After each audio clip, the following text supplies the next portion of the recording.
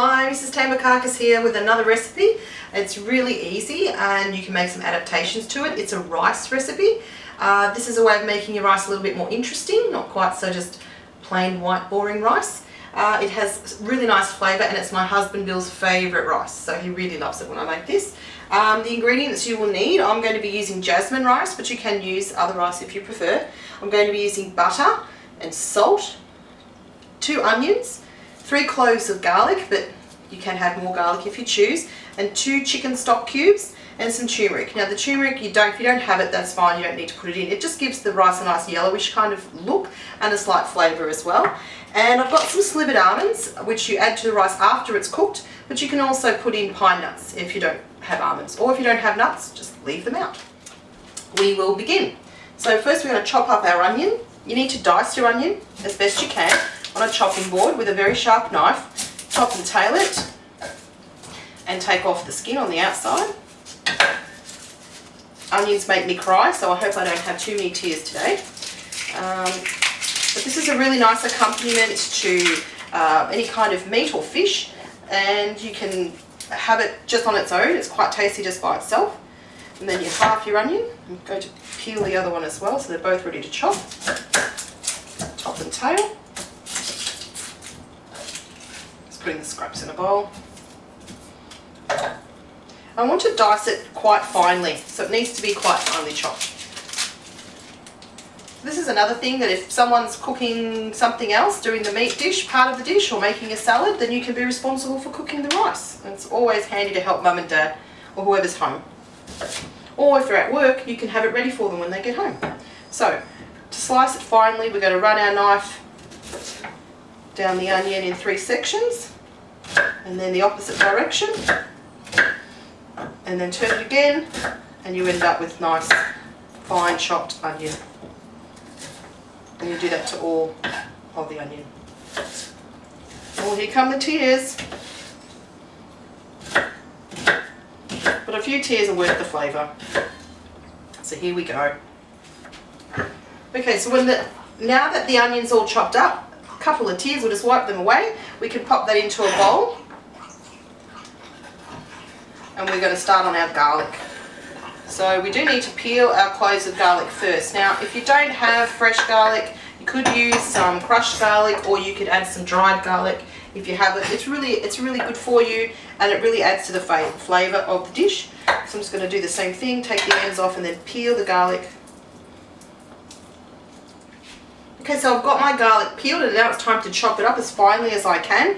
And just use your knife to make it slice the cloves up as best you can. Mind your fingers. And then you can just chop it up as finely and roughly as you like. You really want them to become quite small little pieces of garlic.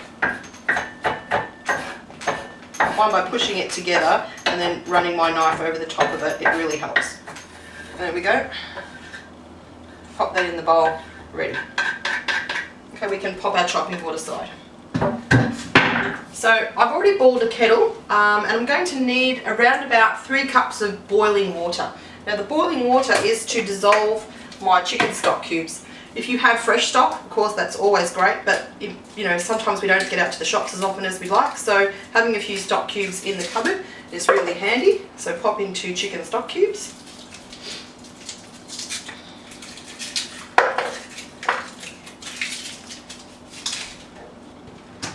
And I've got my boiled kettle, and I'm going to fill it up to 3 cups.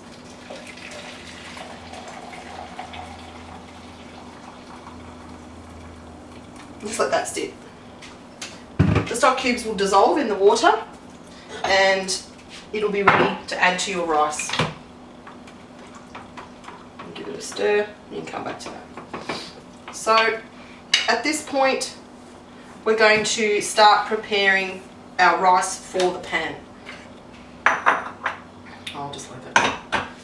So we need a saucepan that seals really well, because this is an absorption method. So we put the rice in, we fry it off a little bit, and then we put the water in, or the stock in this case, and we sit it there on the stove on a very low heat for every for every cup of rice, it's about 9 minutes of absorption. So we're going to turn on our jet. There it is. Now this is where this is a bit troublesome for me because I don't often measure things. So I kind of just plonk in some butter. Around about half a block, I would say. And that sounds like a lot of butter, but butter is flavour. Yummy. So let that melt. Let's wipe my hands. And you can hear that starting to melt off. And give it a swoosh around. So what I'm actually going to do, I've measured out 2 cups of my jasmine rice. So it's 2 cups of rice to 3 cups of boiling liquid. So in this case chicken stock, but if you don't have stock you can actually just use water. So 2 cups of rice, 3 cups of liquid, so that's to every 1 cup it's 1.5 liquid. 1 cup of rice, 1.5 liquid to rice. So as that melts, we want to get it melted down as quickly as we can. And we're actually going to add first off our onion and garlic to the melted butter. And we're going to fry that off. So I'll pop that in and you just push it into the pot.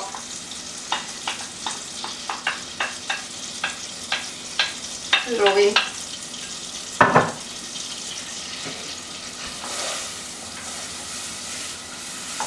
So that starts to fry up. It smells really good, and it is quite wet, but you'll notice that the onions go kind of opaque, and you don't want them to be brown, you just want them to be cooked through so they don't have a raw flavour, and that takes a little bit of time. So we'll just wait on that. Keep stirring so they don't stick or burn. You want it on about a medium heat at this point, medium to high, but not too high.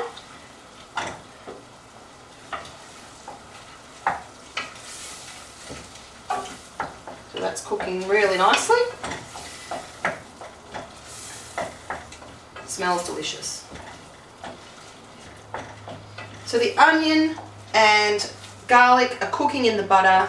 It's kind of like a very wet fry off. It's just to make sure that they're not raw and we're extracting as much flavour as we can, and the butter is ready now for us to add our rice, because we're going to cook off the rice a little bit in the butter before we add the liquid. So I would estimate I probably added around about 100 grams of butter, which is a lot of butter, but it is really tasty. Okay, so now it's ready to add our rice. So we just pour the rice in and give that a stir.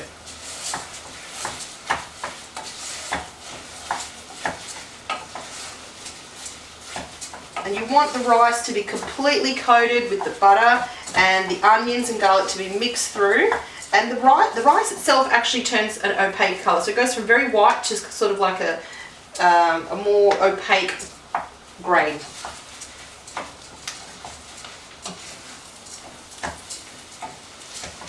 Very good.